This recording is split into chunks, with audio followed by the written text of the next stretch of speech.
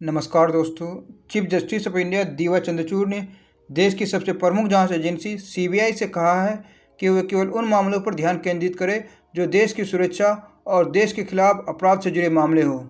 जांच एजेंसियों द्वारा जांच के दौरान पर्सनल डिवाइसेस यानी कि मोबाइल वगैरह को जब्त करने के regarding chief justice of India ने एक बहुत बड़ी बात कही है।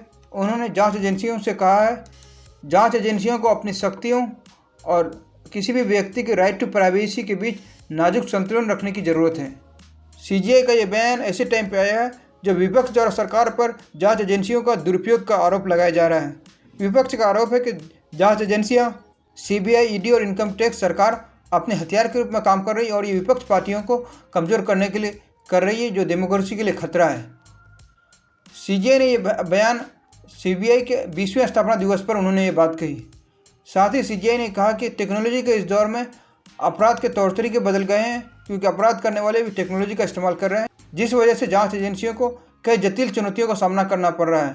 इसलिए जांच एजेंसियों को भी टेक्नोलॉजी की यूज़ करना चाहिए। साथ ही सीजीआई ने कहा कि सीबीआई एक भ्रष्टाचार विरोधी एजेंसी है, लेकिन इसे हर तरह के क्रिमिनल केसेस में इन्वॉल्व किया जा रहा है, जिसकी वजह से इसके ऊपर बहुत ज़्यादा बोझ हो जा रहा है, जो अपनी जिम्मेदारी का निर्वहन नहीं कर पा रहा है। इसलिए सीजीआई ने सीबीआई को नसीहत दिया है कि मुझे लगता है कि हमने देश की इस प्रमुख जांच एजेंसी का विस्तार बहुत ही कम किया है।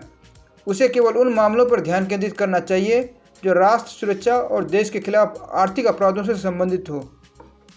साथ ही सीजीआई ने कहा कि अधिकांश जांच अधिकारी डिप्यूटेशन पर है और इसकी वजह से उन्हें अत्यधिक बोझ का सामना करना पड़ रहा है। इस बोझ को कम करने के लिए उन्होंने सुझाव दिया कि टेक्नोलॉजी का इस्तेमाल करना चाहिए, जिसकी शुरुआत सबसे पहले एफआईआर दाखिल करने से होनी चाहिए।